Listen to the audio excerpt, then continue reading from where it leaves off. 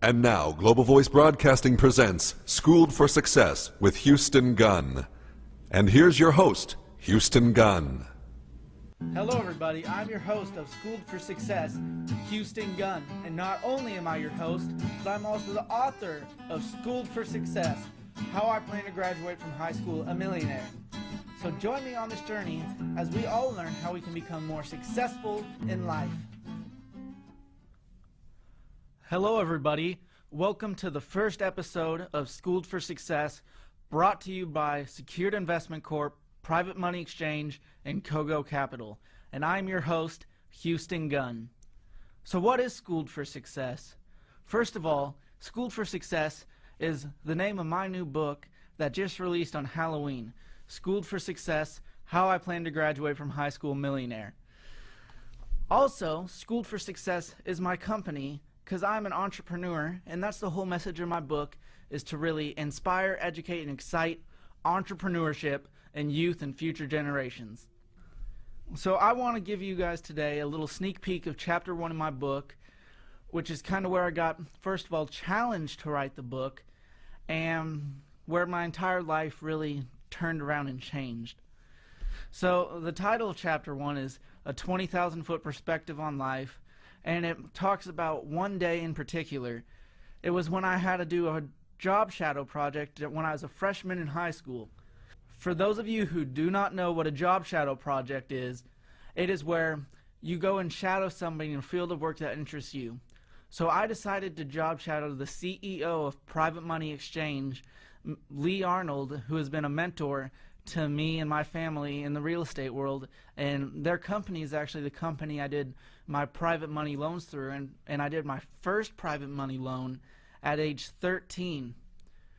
So on the day of the job shadow, I went out to their corporate office in Coeur d'Alene, Idaho, and I spent the day shadowing him. But during the job shadow project, I was required to do an interview, and in the interview, Lee Arnold actually came out and challenged me to write the book. He basically said, you should write a book on the experiences that you've had.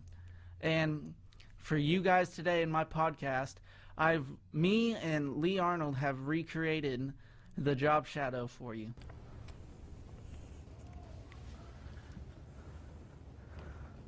Hello. Hey, Houston, how are you, sir? Good. How about you, Lee Arnold? I'm doing great. Thanks for coming in. Thank you for allowing me the time to job shadow you for the day. Oh, my pleasure. So tell me about this assignment of yours. Well, this assignment, it's a job shadow where I shadow somebody that works in a field that interests me, and I basically spend the day just shadowing you and watch what you do for a day and work. And with the job shadow, I'm required to do 20 interview questions. 20 interview questions for the assignment. Would you want to start with that, or? Yeah, I mean, we're here. Why don't we start with that? Okay, first question is, please describe your work environment. Is it outdoors or inside? Is there a dress code? Is there vehicles used? And is there a physical layout? Well, it's pretty typical business atmosphere. You know, we have an office building. We have employees. We encourage that they dress professionally. We don't allow jeans or sneakers or those types of things. We deal in a financial services setting, so we would prefer that people come in looking professional and looking trustworthy. So that's our building. For the ladies, we prefer slacks, jackets. You know, we want everybody to look good, look professional, and look trustworthy. Okay, thank you. The second question is, what is a typical day at work like for you?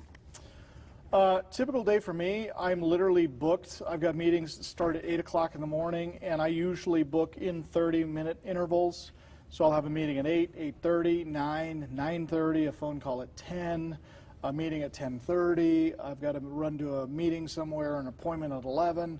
I literally back everything back to back. If you want to have a meeting with me, you need to call my assistant like you did.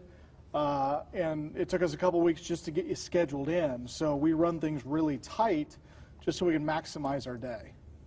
Okay, and once again, thank you for allowing time for this job shadow. You bet. And question 3 is, What is the most important responsibility of your job? I would have to say it's managing chaos. And I know that sounds funny, but that's really what we deal with. It's probably the most important part, and it's the alignment of both the belief of our process and our systems and making sure that everybody's on the same page.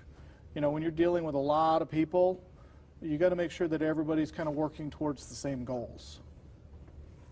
Okay, question 4 is, what technical skills such as tools and computers, etc., do you need to do your job? I need an internet connection and a telephone. That's it. Just that? That's it. Question 5, what people skills such as listening, teamwork, etc., do you need to do your job? If listening defines the heart of the challenge, I got 3 things. Listen, process it, solve it. Question 6 is, what academics such as math and writing, etc., do you need to do your job?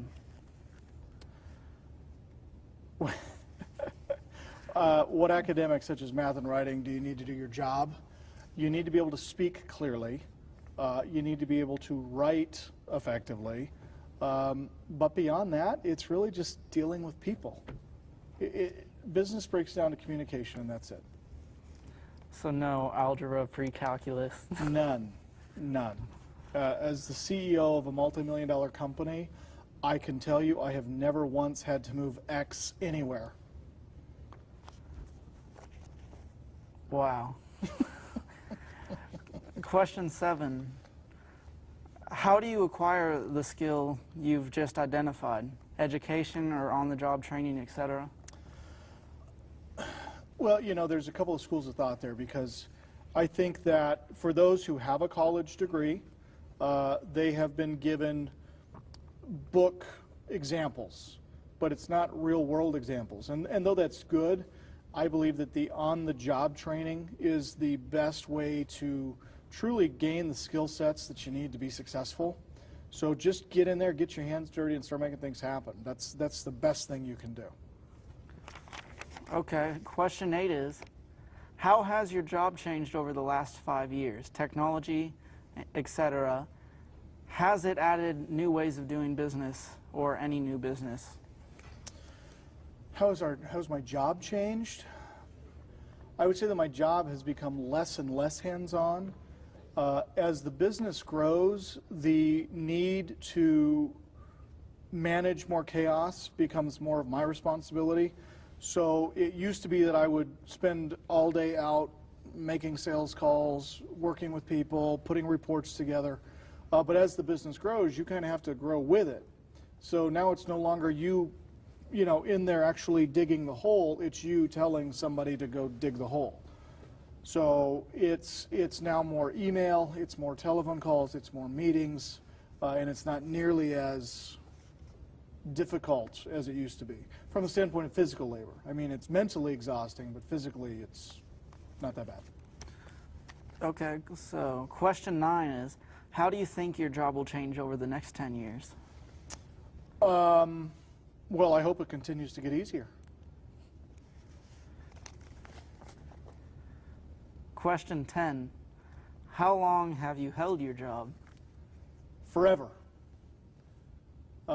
Simply because it's impossible for me to get fired. I mean, when you own the company, who's going to fire you, right? So I've been here a long time. Question 11, how did you become interested in this career? You know, that's an interesting question, because I can't honestly say that I chose this career as much as this career really chose me. I mean, when I was in high school, I really had no idea what I wanted to do. Quite honestly, I hated high school. Nobody could explain to me why anything that they were teaching me there was going to help me make money. It didn't make sense to me. I mean, I grew up on a farm, and I knew that if I lifted that heavy bale onto that flatbed trailer that I would get paid.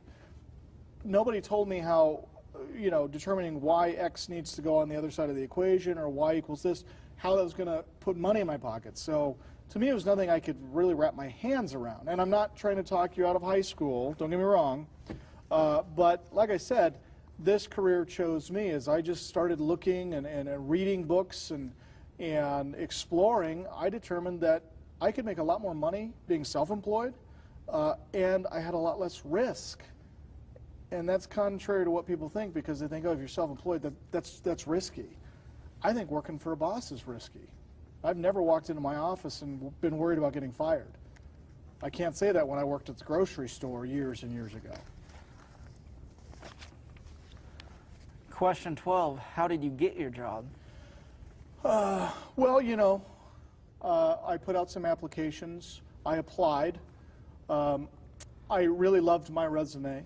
So I brought me in and I interviewed myself, and I was very impressed. So I immediately hired myself. Question 13, what kind of training or education did you need after high school? Are these your questions, Houston? No, these are the questions the school gave me. That figures, because these are really questions geared to the employee mindset, and that just shows you the thinking of the teachers in the schools. I mean, these are not the questions that are going to make you successful. I mean, I'll answer them, because I'd hate for you to get a failing grade. Heaven forbid you know, drop out of college or high school. But these are not the questions that are going to make you successful. Anyway, I digress. What was your question? It was, what kind of training or education did you need after high school?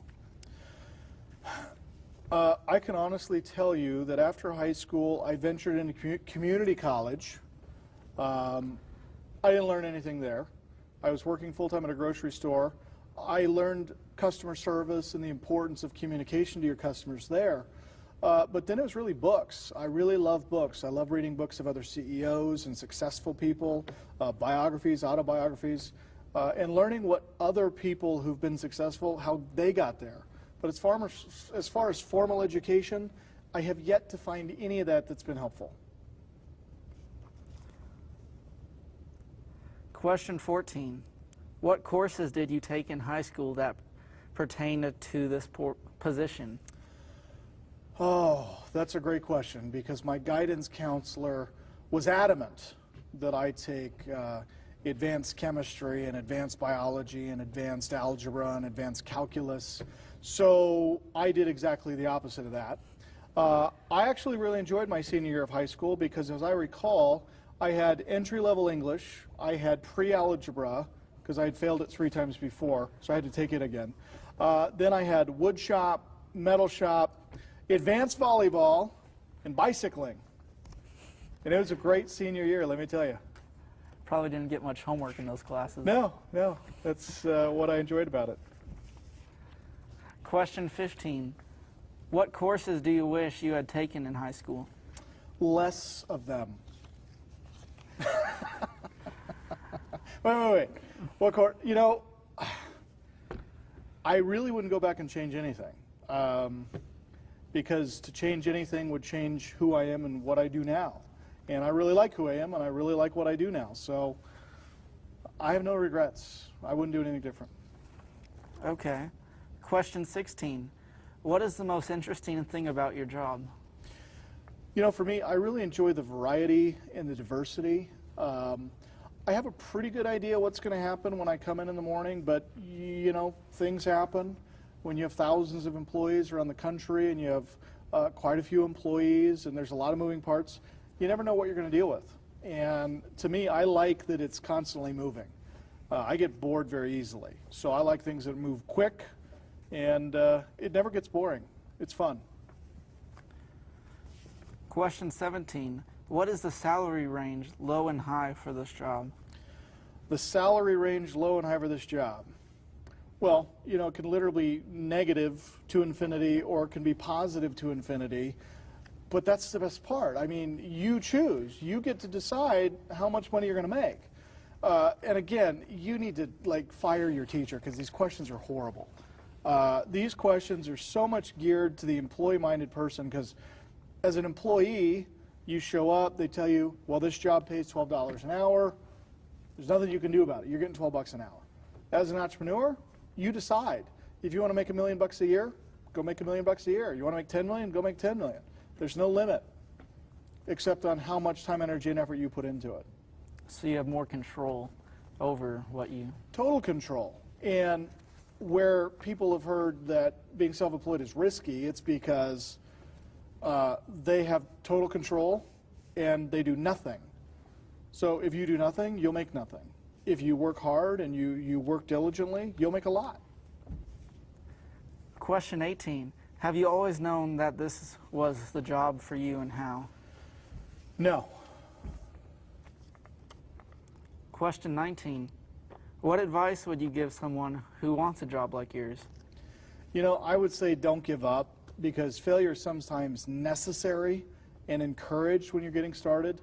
I heard it said the other day that failure is the building blocks upon which we build success, and failure is key. If you're going to be successful in anything, you're going to fail a lot. So fail. Tell your teacher I said so. I will. And the last question for this interview is, do you have any other information about your job you want to share with me before this job shadow? You know, I don't at this time, Houston, but I can assure you that you are in for a very big day. I'm going to have you sit in on all of our executive meetings and our staff meetings. So make sure you bring a pen and pad. We got a lot to go over. I'm looking forward to it. All right. Thank you for this interview. Let's go, Houston. Thanks, buddy. Thank you. You bet. Come with me.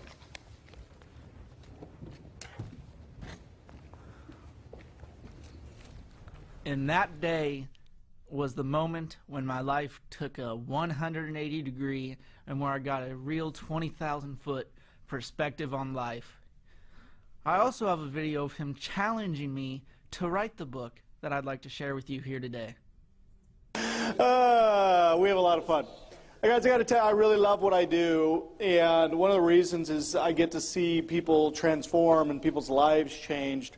And that's from, you know, an 89-year-old client we have over in Pennsylvania that's still buying and selling houses, to even the youngest of people. And it was January of 2012 that I got a call from Michelle Gunn. And no, she made her son call me to see if he could come job shadow me at the company. Apparently he had been assigned through his economics class or something to job shadow somebody in business. So he called to see if he could job shadow me at the company, and he was at that time living over in Seattle. So Michelle woke him up. They drove to the airport at like 4 o'clock in the morning, caught a 6 a.m. flight to be at the office by 7:30, and then he literally spent all day with us.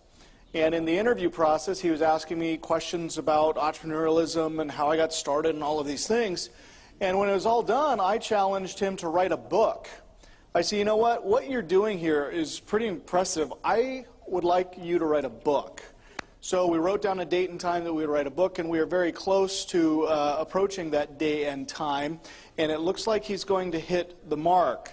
So he is here to kind of share with you that journey, his experience. So if you would please, do me a favor, give a big round of applause for Mr. Houston Gunn. Bring him up here. Houston, come on, buddy. So yes, as you saw in that video or heard, I was challenged to write the book, and I was able to get the book out by the date that we set, as it launched on Halloween this year. And in the book, it talks about how I've been being schooled for success, but not in school. And I'd like to share some of the stories that have really motivated me to really push this whole message of entrepreneurship. It was my first day of high school as a freshman, and we had a welcome to high school assembly, and in the assembly, the leadership teacher went on to announce, if you get good grades, graduate from high school, go on to college, and get a degree and get a job, on average, you will earn $1 million in your lifetime. And everyone was cheering for that when they should be booing that, because I actually spent the time and did the math, and if you were to work for 50 years of your life, from age 22 to 72, that would only be $20,000 a year. And that's not even including taxes. No one wants to work for $20,000 a year, because I sure don't.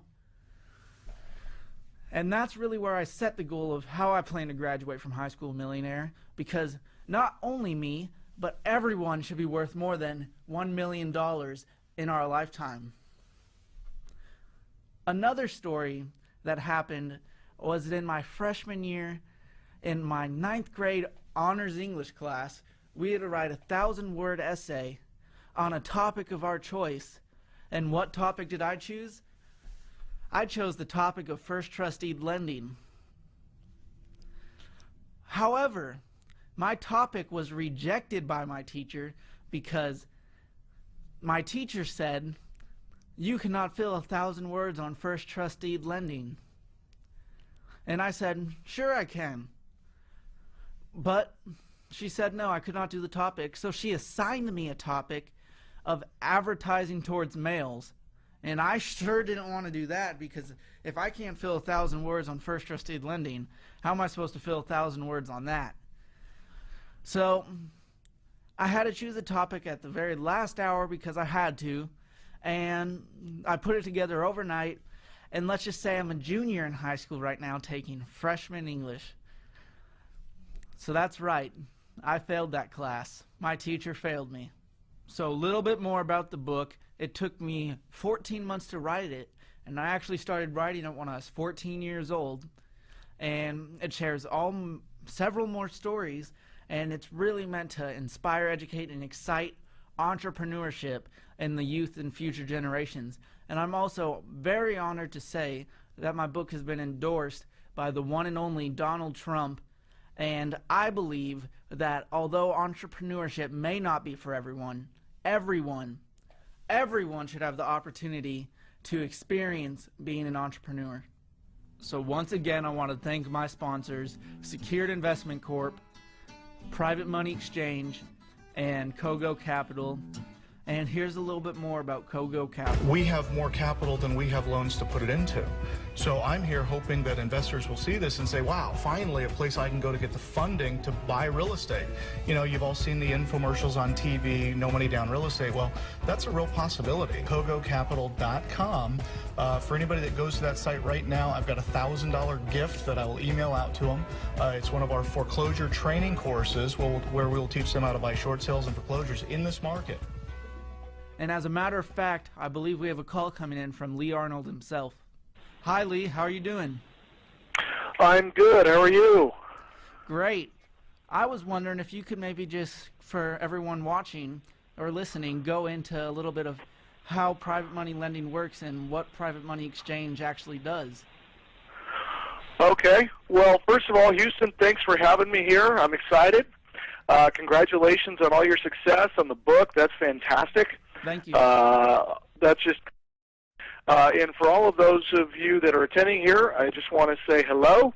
My name is Lee Arnold. I'm the CEO of Private Money Exchange, and we are one of the largest and fastest growing peer-to-peer lending networks for private investors nationwide. So essentially, if you, for example, wanted to go out and buy, say, a $100,000 duplex that had $1,500 coming in rents on both sides, so you've got $3,000 a month in income coming from this place, but you go to the bank and they turn you down, maybe you have some challenged credit, Private Money Exchange would take your loan, we would vet it out, we would determine that it is indeed a good deal, and then we would make it available to another private investor.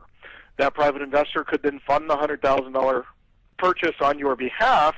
You now own the duplex, you're collecting rents, and the private money lender is receiving a payment every month from you as you pay for the debt service on the loan. So, Houston, that's really what Private Money Exchange is in its simplest form. Great. Thank you for sharing that with everyone viewing and listening and tuning in. So, Lee, for anyone here tuning in and interested, could you tell them where they could go to find out more? The simplest place is to go to www.privatemoneyexchange.com. Again, www.privatemoneyexchange.com, and they can read up on peer-to-peer lending and how it works and how Private Money Exchange can help and or facilitate them as they're either interested in buying more property or if they're interested in becoming a private money lender themselves. Great. Thank you for having the time to call in to share what private money lending really is for everyone tuning in today. Oh, it's been my pleasure, Houston. Have a great day. Hey, you do the same. So again, check out privatemoneyexchange.com today, and if you're interested, tell them that Houston Gunn sent you. So thank you for tuning in to this episode of Schooled for Success. And if you've liked what you heard, please subscribe on iTunes and leave a 5-star review. If you want to see this podcast, you can check out Global Voice Broadcasting. Also, check out my book today on Amazon or my website, HoustonGunn.com. So for those of you who are wondering, how did I, a 16-year-old kid, get an interview and an endorsement from Donald Trump himself? You'll just have to tune in next week and to Schooled for Success. Thank you and have a very successful day.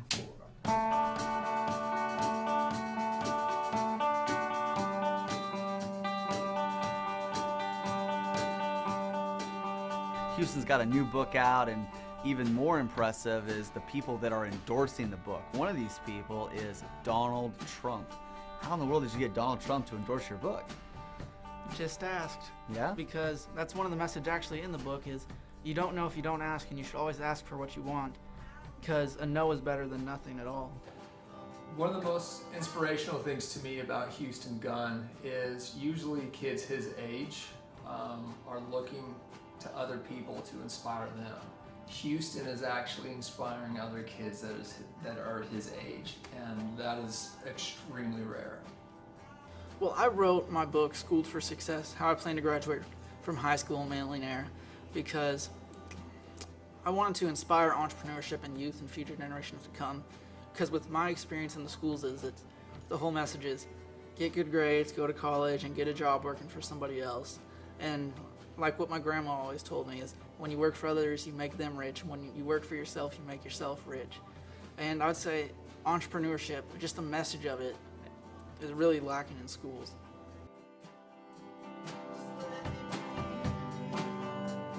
So with the book, it's also given me several opportunities, especially for speaking events, and I enjoy speaking to people and sharing my message. And I guess it's just a good feeling getting up there on the stage, having an audience listening to you and just getting to share your message. I guess it's just a great feeling that I enjoy. So even though I'm an entrepreneur, I still like to have fun. I still play with my dog. I like to ride dirt bikes. I'm just another kid. So I was actually challenged to write my book from the CEO of Private Money Exchange, who also there's an interview from him in the book. And he's actually been a mentor to me and my family. And his company is the company I did my first private money loan through at age 13. Wow, that's great. So you've had some great mentors, you've had some great people recognize you. You may need a mentor, and Houston is ready to pass on what he has learned through his new book. Give him the title. Schooled for Success, How I Plan to Graduate from High School Millionaire. And how you can too. Check your book out now.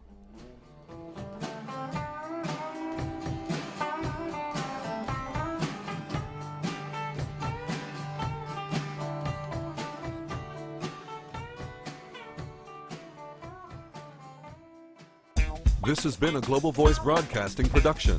The views and ideas expressed by the host or guests are not necessarily the views and ideas of Global Voice Broadcasting, its staff, or employees.